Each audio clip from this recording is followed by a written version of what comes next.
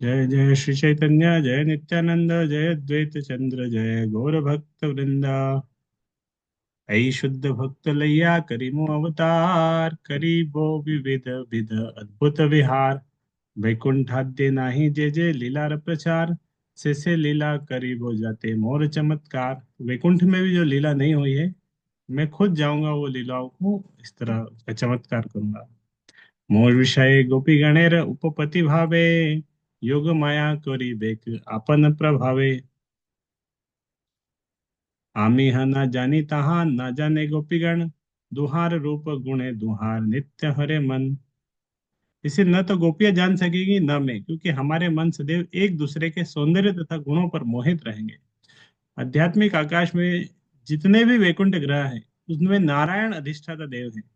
उनमें भक्तों के रूप में उन्हीं के जैसे होते हैं, और वहां पर भक्ति का विनिमय आदर के स्तर पर होता है। किंतु इन समस्त वैकुंठ ग्रहों के भी ऊपर गोलोक या कृष्णलोक है, जहाँ आदि भगवान कृष्ण अपनी आह्लादनी शक्ति को मुक्त प्रेम व्यवहारों में पूर्ण रूप से प्रकट करते हैं।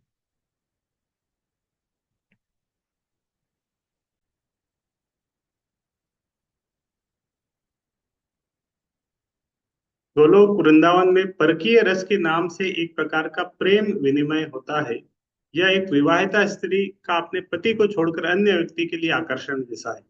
भौतिक जगत में इस प्रकार का संबंध बहुत खराब माना जाता है, क्योंकि आध्यात्मिक जगत के परकीय रस का विकृत प्रतिबिंब है, जहां इसे सर्वोच्च प्रेम व्यापार माना जाता है। भक्त तथा भगवान के बीच ऐसी भावनाएं योग माया के प्रभाव से प्रस्तुत की जाती है। भगवत गीता बतलाती है कि सर्वोच्च स्तर के भक्त देव माया या योग माया के संरक्षण में रहते हैं। महात्मानस्तु माम पार्थ देवीं प्रकृतिम आश्रिता। जो वास्तव में महात्मा है वे सदैव भगवान की सेवा में लगे रहकर कृष्ण भावना में पूर्णतः निमग्न रहते हैं।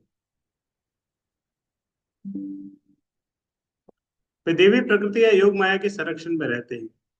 योग माया ऐसी स्थिति ला देती है कि जिसमें भक्त मात्र कृष्ण से प्रेम करने के लिए सारे विधि विधानों का अतिक्रमण करने को तैयार हो जाता है। भक्त स्वभाव से पूर्ण पुरुषोत्तम भगवान के प्रति आदर के नियमों का उल्लंघन करना नहीं चाहता, किंतु योग माया के प्रभाव से वह भगवान से अधिक अच्छे ढंग से प्रेम करने के लिए कुछ भी करने को तैयार हो। तो दो माया है, एक है महामाया और एक योग माया। क्या अंतर है दोनों में? एक है महामाया और एक है योग माया। दोनों ही माया है क्या? महामाया योग माया में क्या अंतर है? तो महामाया कौन है? दुर्गा देवी। वो कौन है? दुर्गा देवी है महामाया। और योग माया है, मतलब भगवान की दो प्रकार तीन प्रकार की शक्ति होती है। एक होती है अंतरंगा शक्ति, एक होती है बहिरंगा शक्ति। तो बहिरंगा शक्ति है माया, महामाया बोल सकते हैं।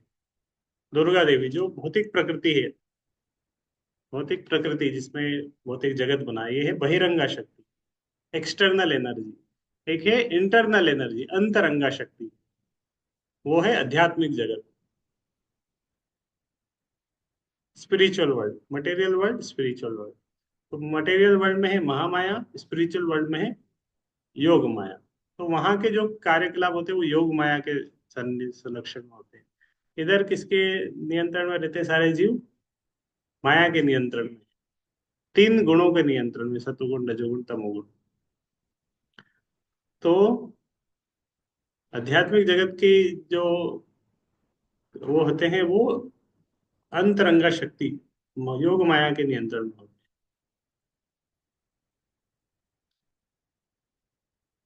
जो लोग भौतिक शक्ति के वशीभूत होते हैं, वे योग माया के कार्यकलापों को तनिक भी नहीं समझ सकते, क्योंकि बद्ध जीव शायद ही भगवान तथा भक्त के बीच के शुद्ध विनिमय को समझ। तो भगवान और भक्त के बीच में जो लीलाएं होती है, जो विनय होता है, वो किसके किसके शक्ति के द्वारा है?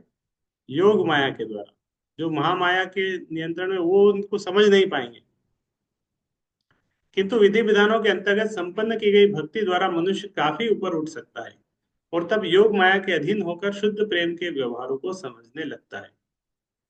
योग माया शक्ति द्वारा प्रेरित आध्यात्मिक प्रेम भाव में श्री कृष्ण तथा व्रज की बालाएं दोनों ही आध्यात्मिक आनंद में अपने आप को भूल जाते हैं। इसी विस्मृति के प्रभाव से गोपियों की मनमोहक सुंदरता उन भगवान की दिव्य तुष्टि में महत्वपूर्ण भूमिका निभाती है। इन्हें भौतिक कामना से कोई संबंध नहीं होता। क्योंकि भगवान का आध्यात्मिक प्रेम सारी सांसारिकता से ऊपर है, अतएव बाहर से ऐसा लगता है कि गोपियां संसारी नैतिकता के नियमों का अतिक्रमण कर रही है। यह बात संसारी नैतिकतावादियों को निरंतर परेशान करती है। अतः योग माया भगवान तथा उनकी लीलाओं को संसारी व्यक्तियों की आंखों से ओझल रखती है, जिसकी पुष्टि भगवत गीता में की गई। गीता में एक श्लोक आता है, नाहम प्रकाश सर्वस्य योग माया समावृता। 7वें अध्याय का 25 नंबर श्लोक है, नाहम प्रकाश सर्वस्व योग माया समावृत। नाहम प्रकाश सर्वस्व मतलब, नाहम मतलब न अहम, मैं नहीं।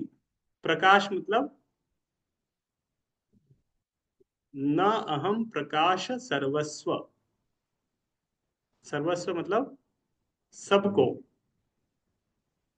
सबको मैं प्रकाशित नहीं होता हूं, मैं सबको दिखता नहीं हूं। ना अहम प्रकाश सर्वस्व, क्यों नहीं दिखते?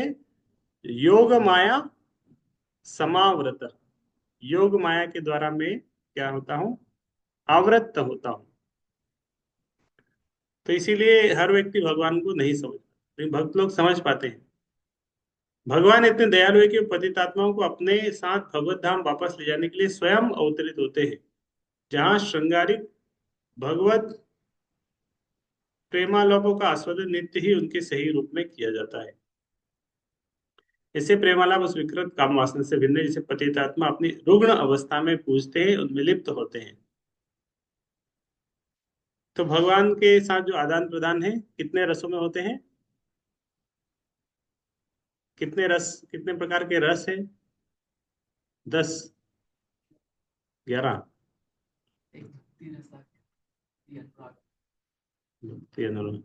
ये तो उसमें आता है ना, हिंदी व्याकरण में आता है। कितने रस रहते हैं?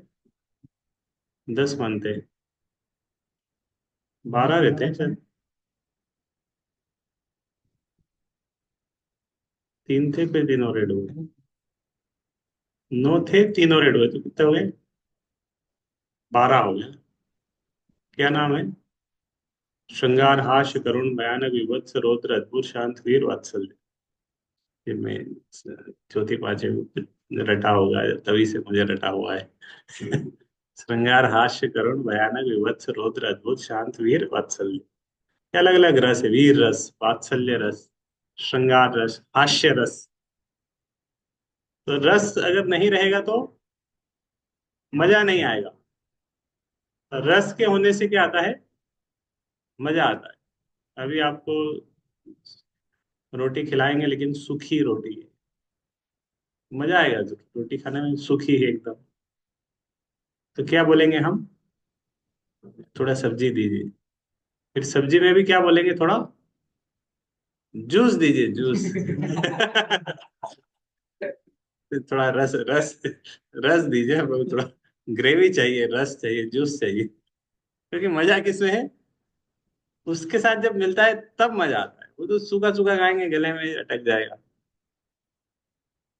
तो अगर रस नहीं रहेगा तो क्या हो जाएगा? सब कुछ सूखा सूखा हो जाएगा। इमोशंस,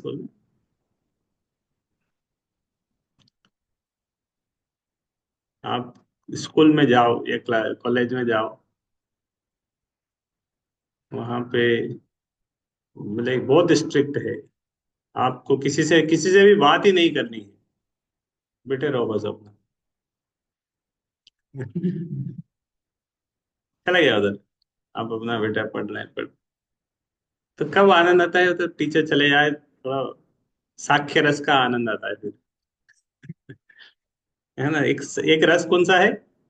साक्ष्य रस है, फ्रेंडशिप। तो टीचर जाता है तो वो रस का आनंद, आदान प्रदान शुरू हो जाता है। फिर उस रस के अंदर और रस, फिर हास्य रस आ जाता है ना? चर्चाएं होती है, तो उसमें हास्य रस की चर्चाएं होने लगती है, श्रृंगार रस की भी होती है।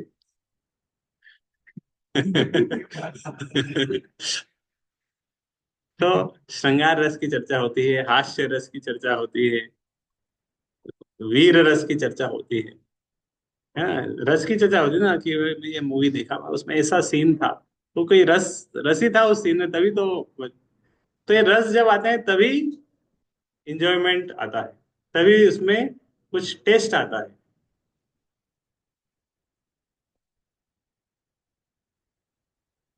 तो रस से बनाता है, तो 12 प्रकार के रस है। 12 में 5 रस मुख्य है, और 7 रस क्या है, सेकेंडरी, गौण बोलते हैं उसको। मतलब 5 मुख्य है, उसके अंदर में फिर सेकेंडरी उपरस बोल सकते हैं, इस तरह कुछ। तो 5 मुख्य रस कौन से हैं? वात्सल्य रस, माधुर्य रस, साख्य रस, दास्य रस और शांत रस। ये 5 प्रकार के रस है। 5 प्रकार का मुख्य आदान प्रदान होता है। तो भगवान भी 5 रसों के साथ अपने भक्तों के साथ आदान प्रदान करते हैं। तो एक रस का आदान प्रदान कौन सा होगा? एक, नीचे से शुरू करेंगे तो शांत रस। शांत रस एकदम न्यूट्रली भगवान के साथ आदान प्रदान कर रहे हैं। तो भगवान का अ, वंशी है, जो मुरली है, का भगवान के साथ आदान प्रदान होता है शांत रस में। फिर दास्य रस में आदान प्रदान होता है। हनुमान जी जिस तरह भगवान राम की सेवा की, कौन से रस में सेवा की? दास्य भाव में, सेवक। तो इसी तरह दास्य रस में भगवान की भक्ति होती है। विशेष रूप से भगवान विष्णु की जो पूजा है, नारायण की पूजा कौन से रस में होती है? दास्य रस में होती है। उनकी विधि विधानों के साथ, ऐश्वर्य के साथ, बालाजी, इस तरह साउथ में मैक्सिमम मंदिरों में जो सेवा पूजा हो रही, कौन से रस में है? दास्य रस में। और फिर उसके ऊपर है साख्य रस। साख्य रस मतलब फ्रेंडशिप, भगवान के साथ मित्रता। कृष्ण अर्जुन, सुदामा, कृष्ण सुदामा, तो भगवान के साथ मित्रता के रूप में आदान प्रदान होना, ये है साख्य रस। फिर वात्सल्य रस, माता पिता के रूप में। देव की, वसुदेव, नंद महाराज, जितने भी माता पिता हैं, कौशल्या, दशरथ, भगवान उनके पुत्र के रूप में जन्म हुए, तो भगवान के साथ उनका आदान प्रदान होता है। कौन से रस में हुआ? वात्सल्य रस में। और वात्सल्य, ये सारे रस में, साख्य रस, वात्सल्य रस, माधुर्य रस, इसमें जो भक्त हैं वो भूल जाते हैं कि कृष्ण भगवान है। दास्य रस में भूलता है कोई वो कृष्ण भगवान है? दास्य रस में हमेशा माइंड में रहता है, क्योंकि बाकी रस में किसके किसके कारण भूल जाते हैं? योग माया के। महामाया नहीं, योग माया के द्वारा। योग माया भुला देती है। अगर यशोदा मैया को पता रहेगा कि कृष्ण भगवान है, तो बांधेगी क्या उनको? दामोदर लीला होगी फिर? दामोदर लीला नहीं होगी। लेकिन इसलिए उनके माइंड में ये योग माया भुला देती है, तो फिर वो सोचती है कि ये मेरा पुत्र है।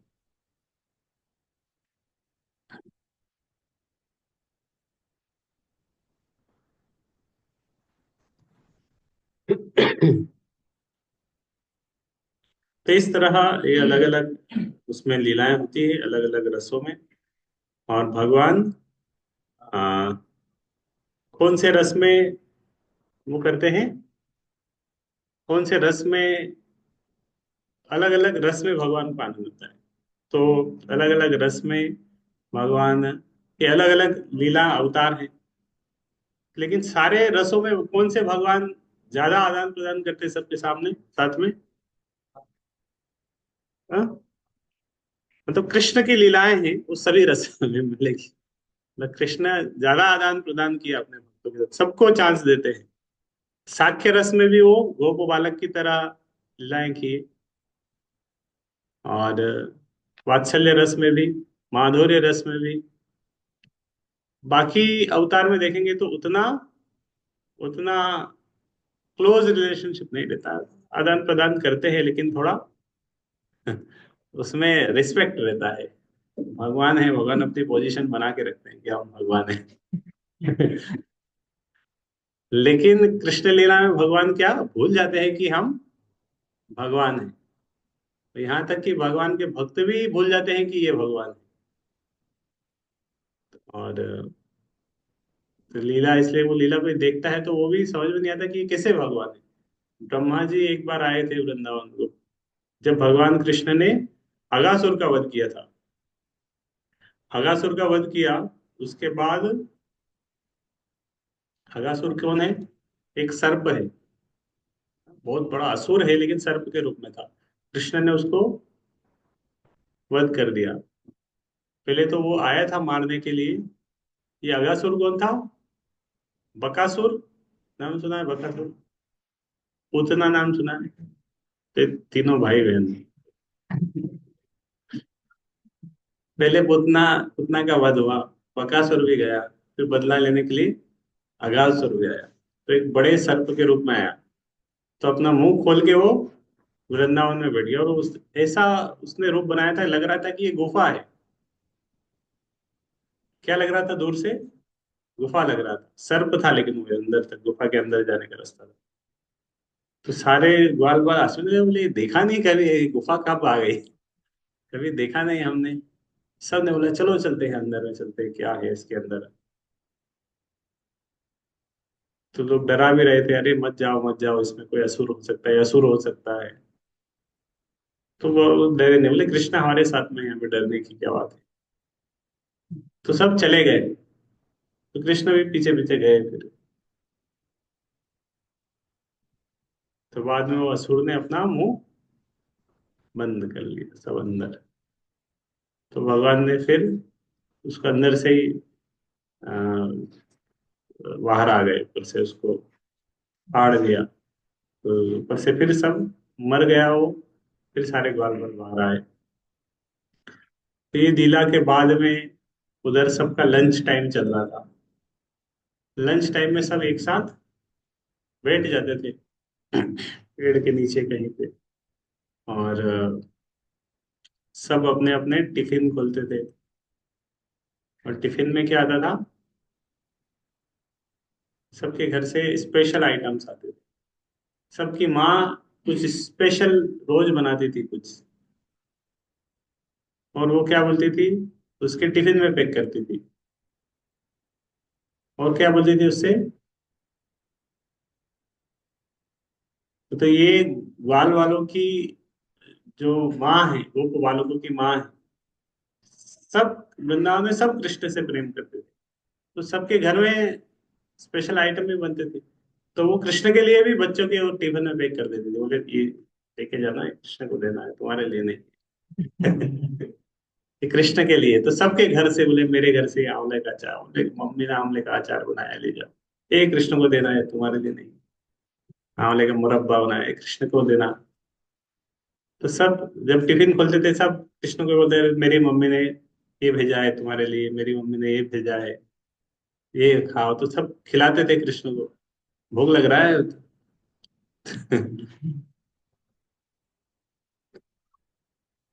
तो इस तरह तो झूठा भी खिला देते थे। तो खाना शुरू किया, एक साथ तो सब खाएंगे नहीं, कभी कभी खा रहे हैं फिर बचा ले, ठीक है मेरी तरफ से भी ले लो। तो इस तरह कृष्ण भी पूरा नहीं खा पाते थे तो वो भी दे देते थे। तो इस तरह सब सीन चल रहा था। तो ब्रह्मा जी उधर आए। ब्रह्मा जी को पता चला अघासुर मर गया। किसने मारा? एक छोटे बालक ने मारा। तो ब्रह्मा जी आए उधर वृंदावन में। और ब्रह्मा जी ने देखा ऊपर से कि किसने मारा है। बोले ये गोप बालक ने। तो देखा उधर से कि वो गोप बालक पेड़ के नीचे बैठा हुआ है। और सब आ, सब आपस में मिलके इस तरह उसको झूठा खिला रहे हैं। तो ब्रह्मा जी आश्चर्य में पड़ गए। फिर उधर साक्ष्य रस वाली लीलाएं चल रही थी। तो ब्रह्मा जी समझ नहीं पाए कि ये भगवान हो सकते हैं क्या? कैसे भगवान हो सकते हैं? ब्रह्मा जी कंफ्यूज हो गए, मतलब उस वो आश्चर्य में पड़ गए कि ये भगवान नहीं हो सकते, क्योंकि भगवान तो मतलब स्टेटस बना के रखे हैं, भगवान है, तो भगवान ये नहीं हो सकते। वो समझ गए कि ये भगवान नहीं है, भगवान का परीक्षा लेना पड़ेगा। तो ब्रह्मा जी उधर परीक्षा ले लिए थे सबकी। तो सबका इंटरव्यू, वो क्या किया कि सारे ग्वाल बाल बछड़ों को चुरा लिया, पहले तो सारी गायों को चुरा लिया। फिर कुछ गोप बालक आके कृष्ण को बोले, अरे गाय नहीं मिल रही, गाय नहीं मिल रही। वो तो बछड़े, उस समय बछड़े चराते थे, सब छोटे थे उस समय, बछड़े चराते थे। तो कृष्ण जाते थे कि मैं ढूंढ के लेके आता हूँ, आप सब लंच लो, मैं तो गाय बछड़े ढूंढ के लाता हूँ।